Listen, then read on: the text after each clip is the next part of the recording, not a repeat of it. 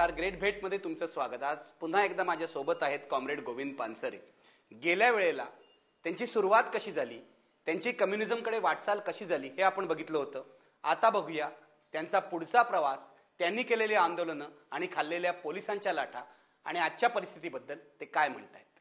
गोव्यानंतर जी जी तुम्ही आंदोलनं केली त्यामध्ये संयुक्त महाराष्ट्राचं आंदोलन होतं, त्यानंतरची पुढची सगळी आंदोलन शेतकऱ्यांपासून अंधश्रद्धेपर्यंत.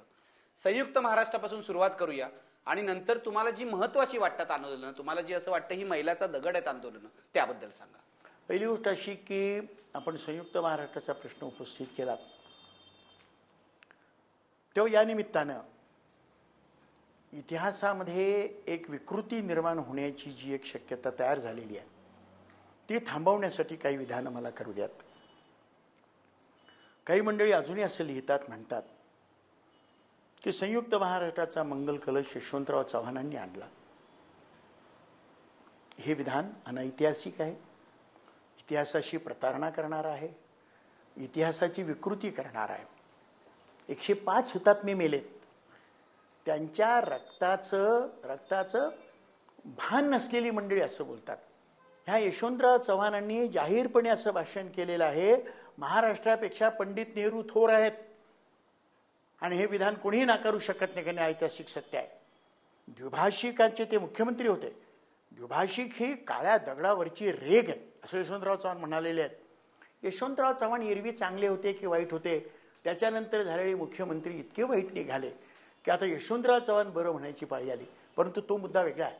संयुक्त महाराष्ट्राच्या आंदोलनामध्ये त्यांची भूमिका काय होती आणि ती संयुक्त महाराष्ट्राच्या बाजूची होती कसमा. संयुक्त महाराष्ट्राचं आंदोलन हे एखादी मुद्द्यावरची संयुक्त आघाडी उत्तम कशी असावी याचं उदाहरण आहे. महाराष्ट्रातले सर्व पुरोगामी पक्ष, सर्व पुरोगामी शक्ती, सर्व पुरोगामी व्यक्ती एकत्र आल्या होत्या आणि हा मोठा याचा लढा होता, एक लोकशाहीचा लढा होता. आपल्या भाषेचं राज्य असायला पाहिजे. देशातल्या सर्वांना आपापल्या भाषेचं राज्य दिलं.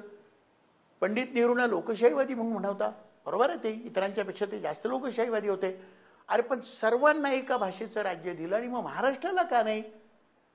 केवळ मुंबईच्यावरनं? मुंबई ही जर महाराष्ट्रामध्ये भौगोलिकदृष्ट्या आणि अनेक कारणांनी मुंबई महाराष्ट्रातच राहायला पाहिजे होती, पण ती जर महाराष्ट्रामध्ये मुंबई राहिली तर महाराष्ट्र वरचढ ठरेल भारताच्या राजकारणामध्ये.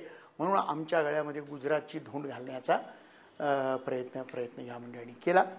त्याच्याविरुद्ध महाराष्ट्रातली मंडळी प्राणपणानं लढली. कामगार लढला, शेतकरी लढला, विद्यार्थी लढला, मध्यमवर्ग लढला, प्रसारमाध्यमं लढली. अहो काय काय पराक्रम केले त्या काळामध्ये. मराठा हे वर्तमानपत्र जन्माला घातलं आणि म्हणता म्हणता तुम्हाला मी सांगतो की सर्व वर्तमानपत्रामध्ये त्यांनी एक मोठी क्रांती केली. हत्यार होतं एखादं वर्तमानपत्र, एखाद्या चळवळीचं हत्यार कसं असू शकतं याचं मराठा हे अप्रतिम उदाहरण आहे. जाहिराती नव्हत्या मराठामध्ये, पण लोक मराठीची वाट पाहायचे. आम्ही मराठी अतिशय यानं वाचायचो.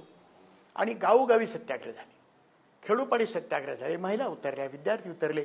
मुंबईच्या कामगारांनी म्हणजे त्यांच्या त्यागाची, प्रयत्नाची शर्त केली. एका दिवसामध्ये 80 माणसं भरली. दुसऱ्या मजल्यावर आपल्या मुलाला पाजत बसलेल्या मातेला गोळी लागली. अशा गोष्टी घडलेल्या आहेत. मारायचं म्हणून मारले, मारायचं म्हणून मारले. याच्यावर मात करून यांनी हे केलेलं आहे. आणि ज्याचं वर्णन, सर्वोत्तम वर्णन जर त्याचं कोणी केलं असेल तर ते माझ्या मते अण्णाभाऊ साठे यांनी केलेलं आहे. झालं फाउंटनला जंग, तिथं बांधून चंग, गोळी मर्दानी छातीवर वाहिली माझ्या जीवाची. म्हणजे गोळी डमडमची छातीवर साहिली. डमडमची गोळी नावाची एक मोठी गोळी होती की त्या गोळीने मनुष्य मरणारच, जखमी होणार नाही. माझ्या मते शाहिरांनी खूप मोठी कामगिरी केली. अण्णाभाऊ साठे, अमर शेख, आत्माराम पाटील, गव्हाणकर ह्या मंडळींनी, लीलाधर हेगडे राष्ट्रीय सेवा दलाचे, आणि महाराष्ट्रभर तुम्हाला मी सांगतो जनजागरण केलं. महाराष्ट्रामध्ये एवढी जागृती कधी झाली नव्हती. आणि आपण जातीची आणि वर्गाची चर्चा करत होतो. BC कांबळे जातीनं महार मनुष्य, नगर जिल्ह्याशी त्याचा काहीही संबंध नाही. नगर जिल्ह्यामध्ये BC कांबळे सर्वसाधारण जागेवर निवडून आले आणि त्याच नगर जिल्ह्यामध्ये रामदास आठवले राखीव जागेवर परवा पराभूत झाले. कुठून कुठपर्यंतचा प्रवास आपला झालेला. आहुजा नावाचे एक गुजराती ग्रस्त रत्नागिरीमधून येऊन खासदार झाले. म्हणजे जाती धर्म भाषेच्या पलीकडेच जाऊ पलीकडे गेले होते. लोकांनी संयुक्त महाराष्ट्राला पाठिंबा दिला होता. मला इथे तुम्हाला विचारायचं आहे, तुम्ही मगाशी म्हणालात की भाषेसाठी हे आंदोलन होतं, भाषिक राज्यासाठी होतं, मराठी राज्यासाठी हे आंदोलन होतं. तुमच्यासारखे लोक लढले, तुरुंगात गेले. आज खरोखरच मराठी राज्य झालंय असं तुम्हाला वाटतं की मराठी राज्याच्या नावावर स्वतःच्या स्वार्थाच्या पोळ्या भाजल्या जात आहेत? एक तर गोष्ट अशी की संयुक्त महाराष्ट्राच्या आंदोलनामध्ये आमची घोषणा अशी होती, आम्हाला मराठी भाषेच राज्य पाहिजे ती गोष्ट खरी, पण तरी सुद्धा आमची घोषणा अशी होती, समाजवादी भारतात समाजवादी महाराष्ट्र याच्यासाठी संयुक्त महाराष्ट्र आम्हाला हवा. केवळ एका भाषेचं राज्य असं नव्हे, सुरुवात तिथून, पण आम्हाला त्यासाठी ते पाहिजे आहे. आता जे मराठी भाषेच्या नावाने मराठीच्या नावानं गळे काढून मतं मागतायत, ही मंडळी त्या काळामध्ये जन्मालाच यायची होती. शिवसेनेची म्हणा किंवा मनसेची म्हणा, बाळासाहेब ठाकरेंचे वडील प्रबोधनकार ठाकरे, महाराष्ट्र पंचकापैकी ते पहिले जे 5-7 पुढारी त्याच्यापैकी ते एक होते. परंतु खरं म्हणजे आता त्यांच्या पुटी हे जन्माला आले एवढं जर सोडलं तर त्यांच्या विचाराचा आणि यांच्या विचाराचा काही संबंध नाही असा.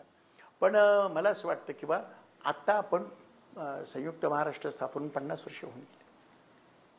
मागे वळून पाहताना हेची फळं काय ममता पाला असं म्हणण्याचा प्रसंग यावा अशी परिस्थिती आज महाराष्ट्रामध्ये आहे. भारतातील सर्वात जास्त शेतकऱ्यांच्या आत्महत्या महाराष्ट्रामध्ये झाल्या आणि महाराष्ट्रातले विद्वान हाताशी धरून महाराष्ट्र सरकार, तुझं प्रसिद्ध पत्रकार आमचा पी साईनाथ, ज्या बिचाऱ्यांनी खरं सांगितलं it's a graveyard of farmers, म्हणजे स्मशानभूमी आहे, शेतकऱ्यांची स्मशानभूमी झालेली आहे. त्याला खोटं पाडण्यासाठी म्हणून विद्वान नरेंद्र जाधव हे यांची कमिटी नेमलेली. शेवटी त्यांनाही मान्य करावं लागलं की तसं काही घडलेलं नाही. तेव्हा आमच्या स्वप्नातला महाराष्ट्र अजून पूर्ण झालाच नाही. अजूनही बेळगाव, कारवार, निपाणी, बिदर, भालकी ही जे मराठी प्रदेश आहेत, मान्य मराठी प्रदेश आहेत, ते तिथेच पडून आहेत. तेव्हा ते स्वप्न अजूनही त्या बाजूनही अपुरं आहे. आणि समाजवादी भारतात समाजवादी महाराष्ट्र या दिशेनं तर वाटचाल झालीच आहे. यशवंतराव चव्हाण भाषणं करण्यात हुशार होते. त्यांनी असं म्हणाले होते की समाजवादाचा पहिला काळ पाळणा महाराष्ट्रात हलेल, हे त्यांचंच वाक्य आहे. म्हणजे समाजवादाच्या दिशेनं महाराष्ट्राची वाटचाल होते आहे काय? माझ्या मते होत नाही. वर्स्ट भांडवलशाही, सर्वात घाणेरडी भांडवलशाही, ज्याला माफिया कॅपिटलिझम म्हणायला पाहिजे, अशी जर कुठे असेल तर ती या मुंबईत आहे, ती या महाराष्ट्रामध्ये. भांडवलशाही वाईटच असते. कोणती भांडवलशाही वाईट असते? भांडवलशाहीचा परिणाम माफियामध्ये होणं स्वाभाविक आहे, पण इथे माफिया भांडवलशाही तयार झालेली आहे. आणि इथे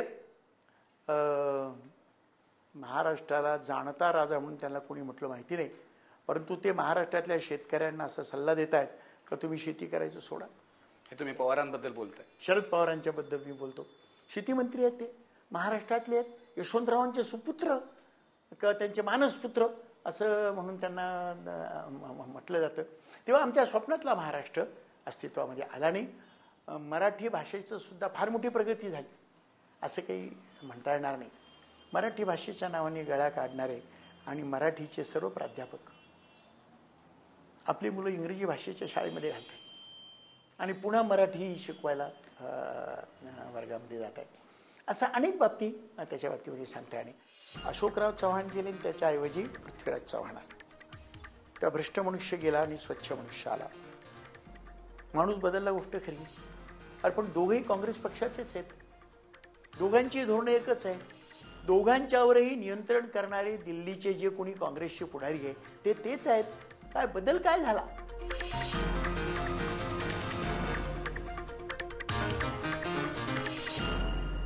तुम्ही आता शब्द वापरलात, माफिया कॅपिटलिझमची लागण महाराष्ट्रात झाली आहे. त्याचाच परिणाम म्हणून हे आदर्शसारखं प्रकरण घडलंय आणि गेली अनेक वर्ष जो महाराष्ट्रामध्ये भूखंड घोटाळा होतोय तो याच माफिया कॅपिटलिझमचा परिणाम आहे. अगदी बरोबर आहे. अगदी बरोबर आपण उदाहरण सांगितलं की माफिया कॅपिटलिझम म्हणजे